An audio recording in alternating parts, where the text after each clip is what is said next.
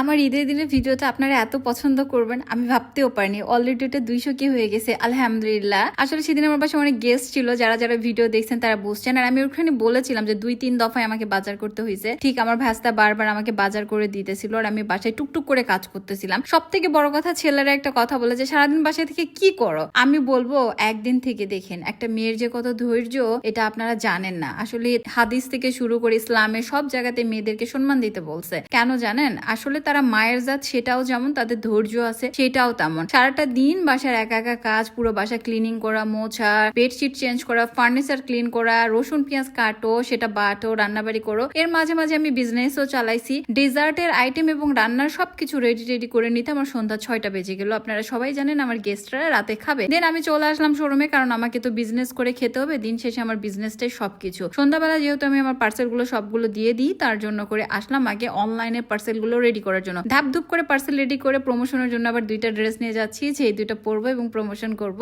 তারপরে এসে রান্না শুরু হয়ে গেল। ইতিমধ্যে মিলি কল করলো, তো আমার বাসার সামনে জিলাপি নিয়ে ওয়েট করতেছিল আমার জন্য। গরম গরম জিলাপি খাইলাম আর 2 বোনে মিলে কাজ করছিলাম। তো আমি ভাবলাম ফিশ কাটলেট করি। কি রান্না করলাম সেটা তো অবশ্যই দেখাবো। আর এর মাঝে কিন্তু আমরা যে হালুয়া গুলো সুন্দর করে রেখে গেছিলাম, এগুলো রেডি হয়ে গেছে। হালুয়া বানানোর যে কষ্ট, আমার হাতে একদম ব্যথা আর ফোসা হয়ে গেছে। ওদিকে ওটা কাট করার পরে কাটলেটটা তৈরি করছিলাম। আর কাটলেট কিন্তু খুবই মজা, সেটা হোক মাংসর কিংবা মাছের। মাছটা বড় হলে আঁশ লাগে, ভাল লাগে। আমার রান্নায় কিন্তু যত্নের মশলা চাই, যত্নের হলুদ গুঁড়া এবং ঝালটা শেষ হয়েছে, আবার নিতে হবে। তারপরে কাটলেট গুলোকে সুন্দর শেপ দিলাম। আমি ভাবলাম ফিঙ্গারের শেপ দিব, তো আমার বোন বলছিল মিলি যে না আপু, এই চপের শেপটাই থাক। দেন আস্তে আস্তে টুকটুক করে রান্না করে নিচ্ছিলাম। গেস্টদের সাথে কথা হচ্ছিল, তারাও আমাদের সাথে যোগ করবে। আর আমি আমার গেস্টদেরকে আমার ভিডিওতে নিতে পারি নাই, কারণ সবাই ক্যামেরার মধ্যে আসতে চায় না, তার জন্য। এবারে বলেন রান্না কেমন হয়েছে, রান্নার লুক দেখে বলেন। এতগুলো রান্না সব আমি একা একা সুন্দর করে করেছি, এবং তারা এসে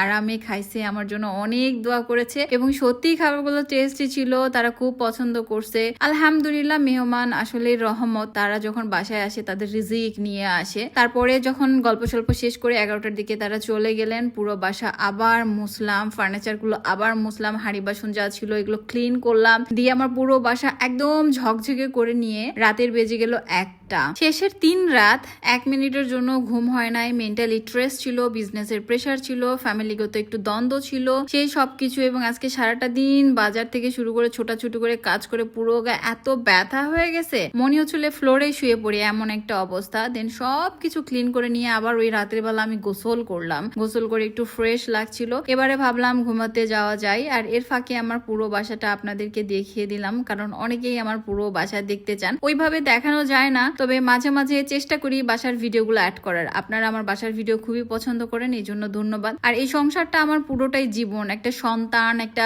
সংসার যেরকম মায়ার হয়, আমার কাছে এই পুরোটা সংসার আমার কাছে সন্তানের মতো একটা মায়ার। কোন সাইডে কি রাখলে ভালো লাগবে, দিনে দিনে সবকিছু করেছি, দেখে মনে হচ্ছে খুবই সুন্দর। একদিনেই হয়েছে। আসলে যারা একদিনে চিন্তা করেন তাদেরকে বলবো 2013 সাল থেকে আমি টুকটুক করে নিজেকে গুছিয়ে এই জায়গায় নিয়ে এসেছি। আজকে এত পর্যন্ত। আল্লাহ হাফেজ।